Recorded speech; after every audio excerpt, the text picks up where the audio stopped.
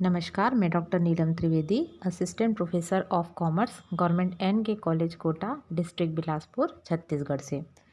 आज हम management accounting subject में फाइनेंशियल स्टेटमेंट्स के बारे में डिस्कस करेंगे। इसमें हम पढ़ेंगे meaning and definition of financial statements, types of financial statements, objectives of financial statements, limitations of financial statements, importance of financial statements for various parties and components of financial statements. Meaning and definition of financial statements. वित्तीय विवरण के अंतर्गत वित्तीय लेखांकन के परिणाम के रूप में उन सभी विवरणों को हम शामिल करते हैं जो किसी उपक्रम की वित्तीय स्थिति, वित्तीय परिणामों एवं इनमें परिवर्तन की स्थिति को परिलक्षित करते हैं। दूसरे शब्दों में हम कह सकते हैं कि किसी भी कंसर्न के फाइनेंशियल कंडीशन, फाइनेंशियल रिजल्ट्स और फाइनेंशियल कंडीशन में जो चेंजेस हुए हैं इनको बताने वाले स्टेटमेंट्स को हम कहेंगे फाइनेंशियल स्टेटमेंट्स। डेफिनेशन स्मिथ एवं एस्बर्न के अनुसार वित्तीय लेखांकन के अंतिम उत्पाद के रूप में वित्तीय विवरण एक व्यावसायिक संस्थान के लेखों द्वारा तैयार किए जाते हैं जिनका उद्देश्य उद्यम की वित्तीय स्थिति तथा उसके हाल ही के कार्यकलापों के परिणामों को प्रकट करना और आय के द्वारा किए गए कार्यों का एक विश्लेषण करना होता है। कंपनी अधिनियम 2013 की धारा 240 के अनुसार एक कंपनी के संबंध में वित्तीय विवरण में शामिल होता है, तो इन सबको हम वित्तीय विवरण में शामिल करते हैं।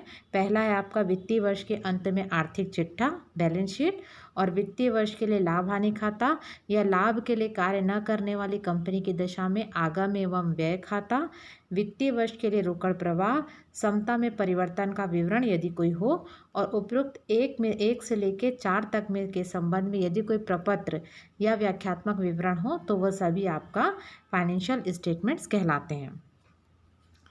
तो इस प्रकार से हम कह सकते हैं कि वित्तीय विवरण एक आधारभूत और वित्तीय प्रलेख है जिसके माध्यम से प्रबंध वित्तीय सूचनाओं को अपने ओनर्स यानी जो शेयर होल्डर्स हैं तथा बाह्य पक्षकारों जैसे इन्वेस्टर्स हुआ और टैक्स ऑफिसर्स हुए, गवर्नमेंट हुआ, एम्प्लॉय हुए, लैंडर्स हुए, इनको वित्तीय सूचनाएं पहुंचाता है। इसके अंतर्गत हम किनको किनको शामिल करेंगे, तो जैसा कि कंपनी अधिनियम में बताया गया है कि इसके अंतर्गत हम profit and loss account, balance sheet, और जो नॉन ट्रेडिंग कंसर्न्स यदि है तो उसमें इनकम एंड एक्सपेंडिचर अकाउंट और कैश फ्लो स्टेटमेंट्स को हम शामिल करेंगे। यदि एक व्यक्ति वाली कंपनी है या छोटी कंपनी है तो उस दशा में हम कैश फ्लो स्टेटमेंट्स को इंक्लूड नहीं करेंगे।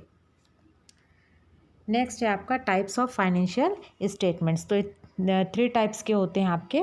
पहला है इनकम स्टेटमेंट, आय विवरण, जो एक विशिष्ट अवधि में उपक्रम के कार्य संचालन के वित्तीय परिणामों अथवा अर्जन को दर्शाता है।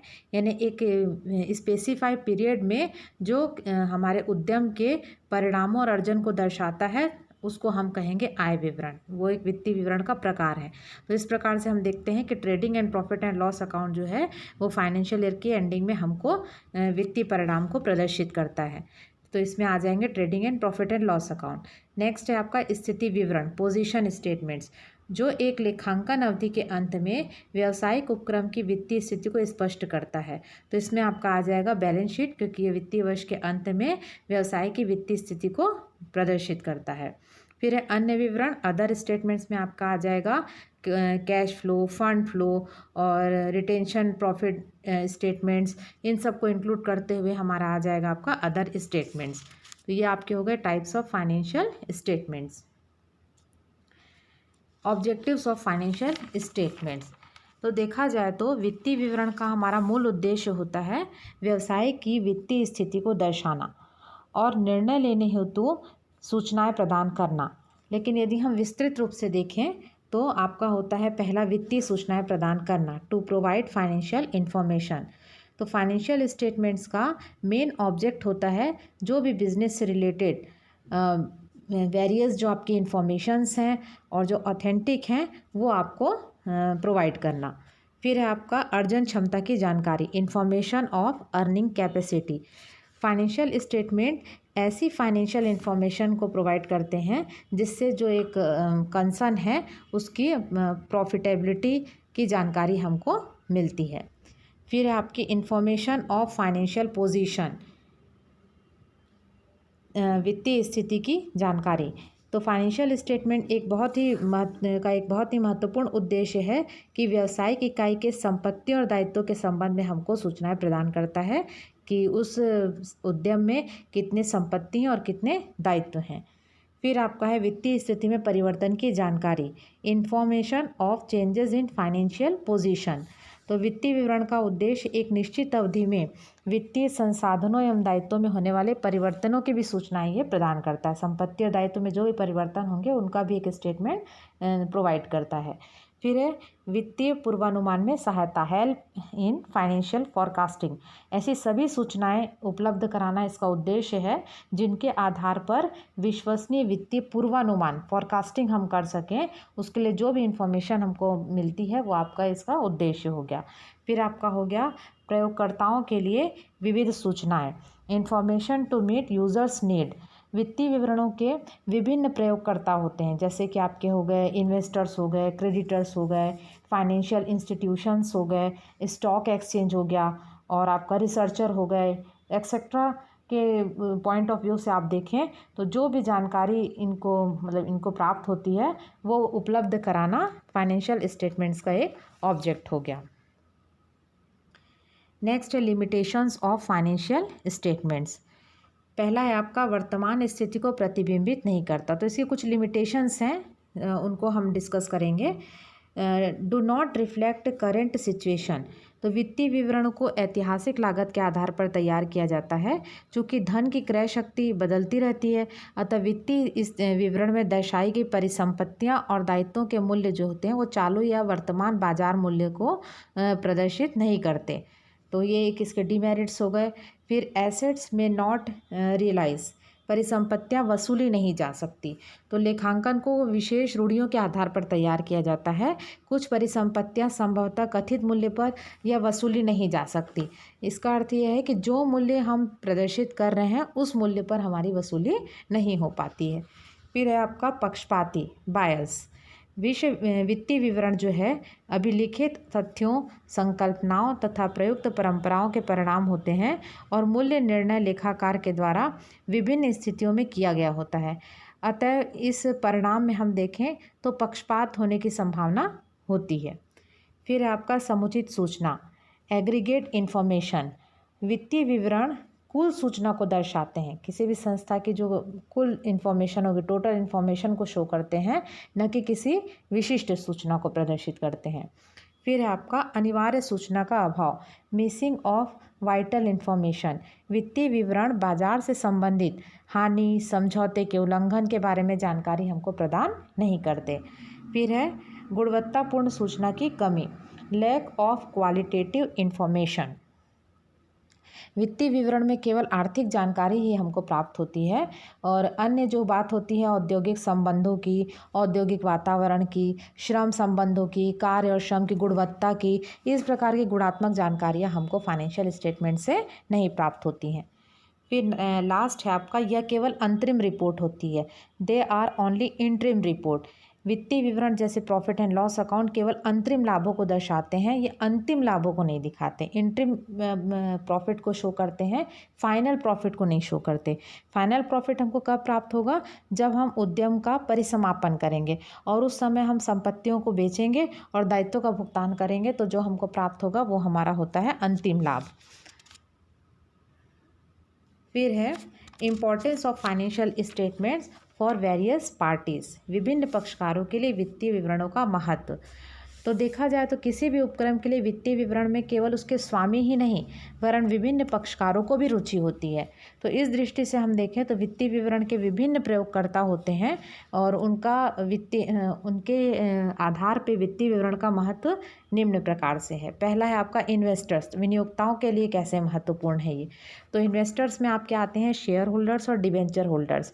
तो शेयर होल्डर्स का मेन ऑब्जेक्ट होता है जो उन्होंने इन्वेस्ट किया है, जो भी मनी इन्वेस्ट की है उसकी सेफ्टी की और उससे उनको जो आय प्राप्त हो रही है उसके लिए उनको विभिन्न प्रकार की जानकारियां जो है वो फाइनेंशियल स्टेटमेंट से प्राप्त होती हैं।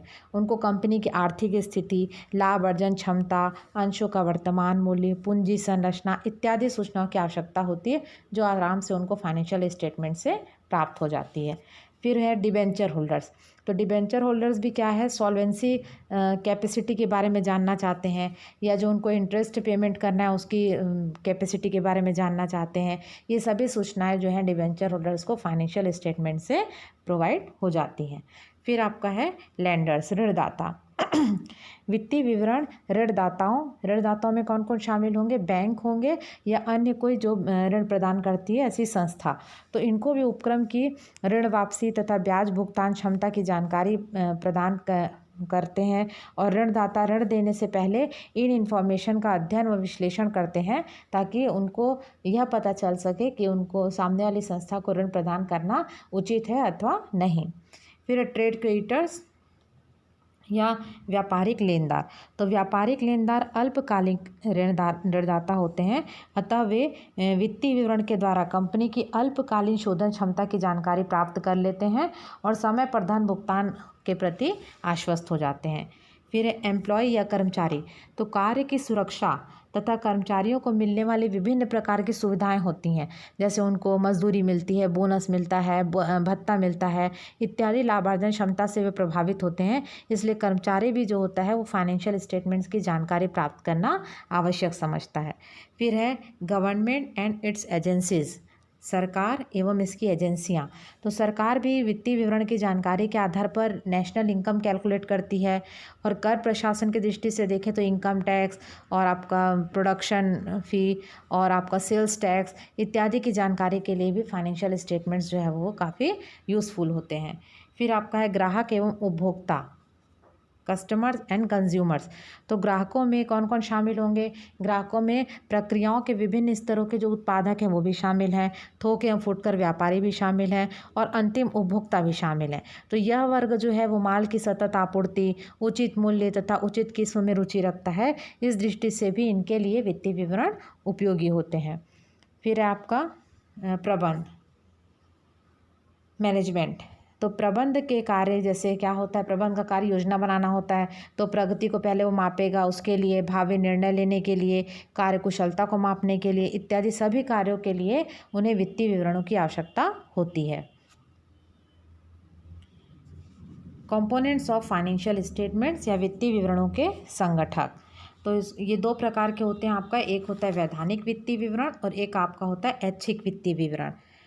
तो वैधानिक वित्तीय विवरण क्या होता है, इसके अंतर्गत हम उन खातों का या विवरण को शामिल करते हैं जिनको तैयार करना व जिनका प्रकाशन करना वैधानिक अनिवार्यता होती है। इसमें हम मुख्यतः शामिल करते हैं बैलेंस शीट को, प्रॉफिट एंड लॉस अकाउंट को, डायरेक्टर्स रिपोर्ट्स को, चेयरमैन्स स्पीच को एंड ऑडिटर्स रिपोर्ट को। तो बैलेंस शीट, इसे हम स्थिति विवरण भी कहते हैं, इसमें संपत्ति और दायित्वों का लेखा किया जाता है, ये सब हम जानते हैं। फिर बैलेंस शीट एक ऐसा स्टेटमेंट्स होता है जिसमें हमें यह पता चलता है कि व्यवसाय में फंड का आगमन कहाँ से हुआ है और उस फंड का प्रयोग कहाँ कहाँ किया गया है। फिर नेक्स्ट है आपका प्रॉफिट एंड लॉस अकाउंट, तो इसे इनकम स्टेटमेंट्स भी कहते हैं। ये एक निश्चित अवधि में व्यवसाय के संचालक की रिपोर्ट होती है, जिसमें अर्जित आयों व लाभों तथा किए गए व्यय व उठाई गई हानियों का उल्लेख होता है। फिर आपका है डायरेक्टर्स रिपोर्ट। तो कंपनी अधिनियम 2013 की धारा 134(3) के प्रावधानों के अनुसार कंपनी के प्रत्येक आर्थिक चिट्ठे के साथ डायरेक्टर्स रिपोर्ट को भी संलग्न करना अनिवार्य कर दिया गया है। यह बहुत इंपॉर्टेंट रिपोर्ट होती है। इसमें क्या क्या उल्लेख होता है, इसमें संचालकों की मीटिंग की संख्या, कंपनी की व्यापारिक स्थिति, लाभांश के रूप में वितरित की जाने वाली धनराशि, और गत संचालक रिपोर्ट से वित्तीय वर्ष के अंत तक महत्वपूर्ण जो भी परिवर्तन हुए हैं, जो भी चेंजेस हुए हैं कंपनी में, उनके बारे में हमको जानकारी मिलती है। इस रिपोर्ट में उन सभी बातों या विषयों का उल्लेख होता है जो संचालक अंशधारियों को देना चाहते हैं। फिर नेक्स्ट है आपका चेयरमैन्स स्पीच, अध्यक्षीय भाषण। तो कंपनी की वार्षिक साधारण सभा में संचालक मंडल का अध्यक्ष अंशधारियों के समक्ष लिखित भाषण देता है, जिसमें कंपनी की प्रगति, देश की आर्थिक व राजनीतिक स्थिति, विश्व की घटनाओं आदि की चर्चा करते हुए कंपनी की भविष्य की संभावनाओं पर प्रकाश डाला जाता है। तो इस भाषण के माध्यम से कंपनी की वर्तमान व भावी अंशधारियों, ऋणदाताओं, लेनदारों आदि को महत्वपूर्ण सूचनाएं प्राप्त हो जाती हैं। फिर है अंकेक्षक रिपोर्ट, ऑडिट रिपोर्ट। तो वित्तीय वर्ष की समाप्ति पर तैयार किए गए वार्षिक खातों के संबंध में ऑडिटर्स अपनी एक रिपोर्ट तैयार करता है जिसे हम ऑडिट रिपोर्ट कहते हैं। ये भी जो होती है आपका फाइनेंशियल स्टेटमेंट्स का एक पार्ट है। फिर नेक्स्ट है आपका वॉलेंट्री फाइनेंशियल स्टेटमेंट्स। तो इसमें आपका आता है समराइज्ड अकाउंट्स, सारांशित खाते। फिर नेक्स्ट है समराइज्ड हाईलाइट, सारांशित मुख्य खाते और सूचनाओं का सहायक विवरण, सप्लीमेंट्री स्टेटमेंट ऑफ इंफॉर्मेशन। तो ऐच्छिक वित्तीय विवरण क्या है? तो लेखांकन एक तकनीकी विधा है और सामान्य व्यक्ति इसे समझने में असमर्थ होता है। अतः इस दृष्टि से विभिन्न महत्वपूर्ण लेखा समंकों को गैर तकनीकी ढंग से प्रस्तुत करने के लिए सहायक विवरण हम तैयार करते हैं, जिन्हें एक सामान्य व्यक्ति भी समझ सकता है। ये विवरण वैधानिक न होकर क्या होते हैं, ऐच्छिक होते हैं। और इनमें हम किनको किनको शामिल करते हैं। पहला है आपका सारांशित खाते या समराइज्ड अकाउंट।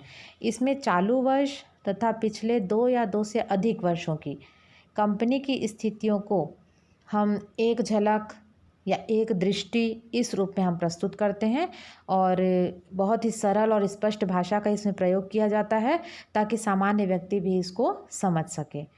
फिर नेक्स्ट है सारांशित मुख्य अंश, समराइज्ड हाइलाइट्स। इसमें क्या किया जाता है? तो इसमें जो भी वार्षिक रिपोर्ट प्रकाशित की जाती है उसमें हम पहले ही प्रारंभ में ही मुख्य बातों को, मेन जो पॉइंट होते हैं उनको हम प्रदर्शित करते हैं।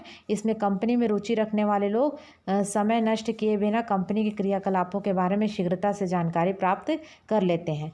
तो किन किन पॉइंट्स को लिखा जाता है? तो सारांशित मुख्य अंशों में हम जैसे देखेंगे उत्पाद के बारे में बताया जाएगा। फिर नेक्स्ट है आपका बिक्री, फिर कर के पूर्व का लाभ, कर के बाद का लाभ, पूंजीगत खर्च की रकम और लाभांश, प्रति समता अंश आदि का उल्लेख होता है। नेक्स्ट है आपका सूचनाओं का सहायक विवरण, सप्लीमेंट्री स्टेटमेंट ऑफ इंफॉर्मेशन। इनके अतिरिक्त जो भी जानकारियां हमको दी जाती हैं, यानी प्रॉफिट एंड लॉस अकाउंट और बैलेंस शीट जो जानकारी प्रदान करते हैं उसे प्रयोगकर्ता की संपूर्ण आवश्यकता की पूर्ति हमारी नहीं हो पाती है। इसलिए इनके साथ साथ कुछ सहायक विवरण भी तैयार किए जाते हैं। जैसे आपका क्या क्या है, कैश फ्लो है, फंड फ्लो है और आपका है 10 वर्षीय सारांश है, महत्वपूर्ण अनुपात रेशियो एनालिसिस है और अकाउंटिंग पॉलिसीज़ है। ये सब को हम इसमें शामिल करते हैं। इन सब की डिटेल स्टडी हम आगे के वीडियो में करेंगे। तो आज के वीडियो में बस इतना ही। एनालिसिस ऑफ फाइनेंशियल स्टेटमेंट्स, वित्तीय विवरण के विश्लेषण को समझने के लिए देखिए नेक्स्ट वीडियो। Thank you.